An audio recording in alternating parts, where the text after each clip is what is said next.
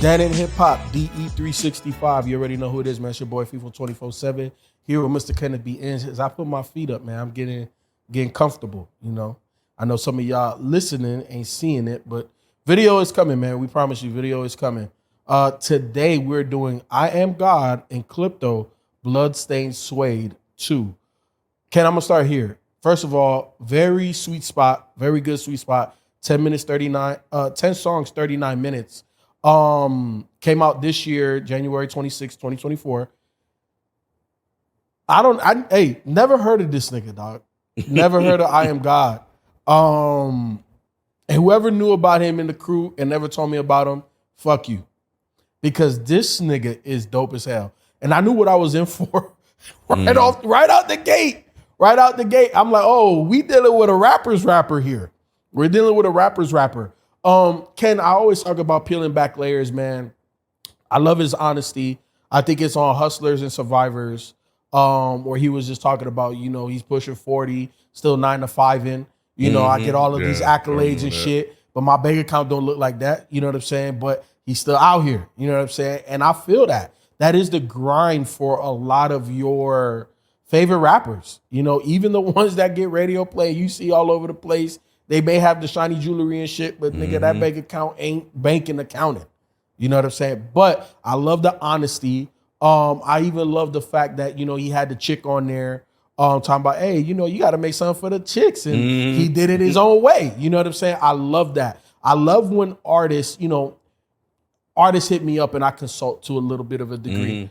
And, you know, I always tell them, you know, the ones that have appeal to women, I'm not saying be formulaic to get on the radio or do whatever, but make your version of music for women because they appreciate that shit. You know what I'm saying? And I love that what he did there with that. But Ken, let me tell you, that dialogue of a living man, that flow, that's look, if we're talking this style of hip hop, because Benny does it at times, with with just that flow, like that machine gun flow, not nothing crazy like a Busta Rhymes or nothing, but the beat, the sample that's in that, I'm like, bruh, that's what speak to my soul. When niggas rap like that and being match, oh my God, like he killed that shit. Dialogue of a Living Man Part 2. And then wrong Side of the Gun with JR. I knew what it was when I saw JR.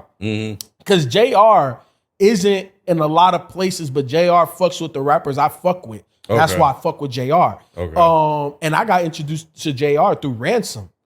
Listening to Ransom projects. Like Ransom had him a couple of times. And I'm like, nigga, who the fuck is this nigga? This nigga hard. So when I saw his name, I said, I already know. But Ken, Iamgawd is dope. And I ain't even talked about Clypto yet. Clypto, he went crazy. The beats on this was perfectly crafted for a nigga like Iamgawd. Like it was just so perfect, man.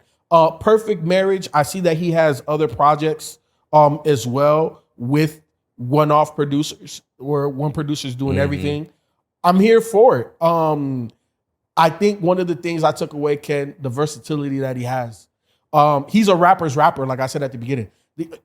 You give him a beat, he gonna make it sound good. And I feel like if he is, you know, featured on somebody that's, you know, higher in the game than him, like let's say a West Side Gun or Benny or, you know, the whole Griselda camp or Ransom or like whoever has a bigger name and doing what he's doing, he ain't gonna fuck up the track. You gonna come away like, hey, I need to download Iamgawd shit. That's what you gonna do. Yeah, that's what I got, Ken.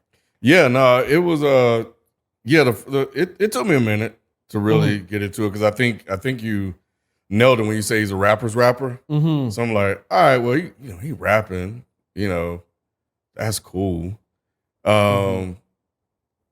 But the repeated listens, I started to really kind of tune into the rapping, you know, and then the beats, and then how they all got together. And I'm like, oh no, this is actually really good. And I think it's Clypto, bro. Clypto he was really, really good. The samples and some of the ideas behind this, like, I think it really started to, like, the first three tracks were good, but man, whole nother level with Vic Spencer. man, that shit, and then he went to Hustlers and Survivors. Woo, the sample on that was nice. And yeah, you're right, man. Man, you got to create something for the ladies, and the sample on that one was dope too. And it just went on and on. Like it went on a run, and he complimented it really, really well with his narratives, with his truth telling, with his rhyming, with his flows and everything. It was like perfect for the beats. And I'm like, dang, Iamgawd is actually pretty good. It's really, really damn interesting. I had never heard of this guy before. Oh, so you neither. Okay, cool. So I ain't cussing you out then. Yeah. Ken, another standout track for me was just because of how real it is, and especially like how you started it off. Unhappy Home. In black households, you hear that shit off. You just like your daddy. You don't do shit. You know what I'm saying? And just the perspective. Like I said, man, he peels back layers. On the joint that number 3, Must Don't Know, he's like, like what I'm paraphrasing. Hold on, I know he says it. No mediocre. Like he says it, no mediocre. There was nothing mediocre about this project at all. You know what I'm saying? Ken, when it comes to the features, everybody came to do what they had to do. You know what I'm saying? Rim, Rufus, what the hell is his last name? Rufus something. Rufus Sims, Micah, JR, you know what I'm saying? Everybody came to play their best position. And I'm giving the features a B+. Yeah, some of these guys, outside of I knew Vic Spencer, I'd never paid attention to JR if he was on Ransom Projects. So it was my introduction. And I think for those that I didn't know, they did a good job of introducing themselves to me. They were no slouches on this project. So yeah, I'm with you on a B+. Yeah, I can rock with that. The production, I'm giving it an A. It's an A. It's really good. Is it gonna blow you away? No, but I think it was a perfect marriage between Clypto and Iamgawd, because I feel like the soundscape needed Iamgawd, and Iamgawd needed the soundscape, and it brought everything to life. Individually, good. Together, stellar. A on the production. Yeah, I would love to give it a A+, but I feel like the first 3 tracks were good, but in turn they didn't really stand out all that much to me. But it's that 4 through 9 damn near run is where I'm like, yo, like that's when Clypto like showed up. You know, like he was already present, but now it's like, oh no, I'm here too. And I think ending it with Wrong Side of the Gun was a good ending track. So and yeah, but I think the first 3 tracks to a certain degree helped me back from really appreciating this, because I'm like, okay, it's just another rap project with dope beats, dope rhymes. But nah, when both of them got a chance, when Clypto showed up with those beats and that production and allowed Iamgawd to stand out, I'm like, okay, there we go. Yeah, no, 100%.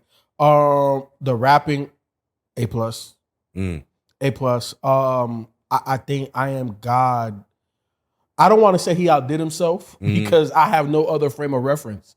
But for what he did for this project, there's no critique. Like I can't say, oh, this could have been better, that could have been better. You know, the hooks, everything was good. The subject matter, the content of the songs, like it just wasn't surface level. He definitely peeled back. Even if it didn't come from firsthand perspective, touching on those topics like Unhappy Home.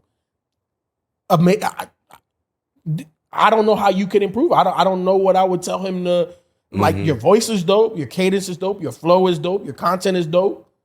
The beats was good. You brought him to life. A+. Yeah. Let's see. So I don't disagree with that. I'm trying to think of where I would land.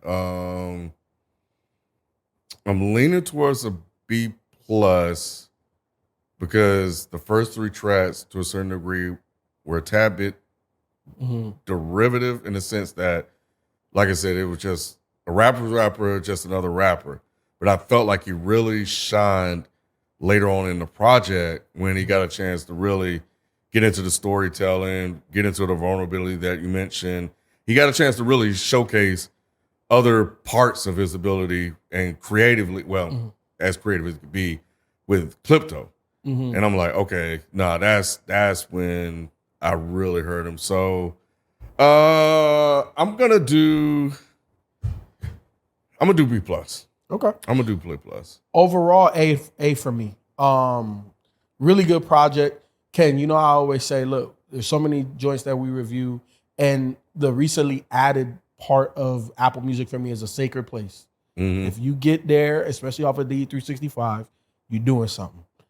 He's there. He's the latest one that I added.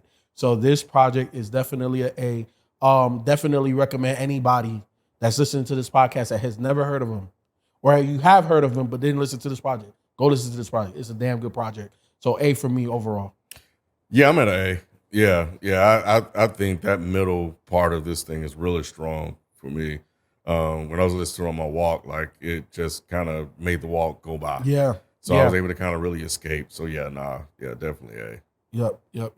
Well, look, you already know what it is, man. Another day, another review. Go listen to Iamgawd. Big shout out to Clypto for doing what you did on it too. But tomorrow we have somebody from Philly. So I'm setting up the stage, man. Sometimes I give it to you, sometimes I don't. But tomorrow we got somebody from Philly, so stay tuned. We out. Peace.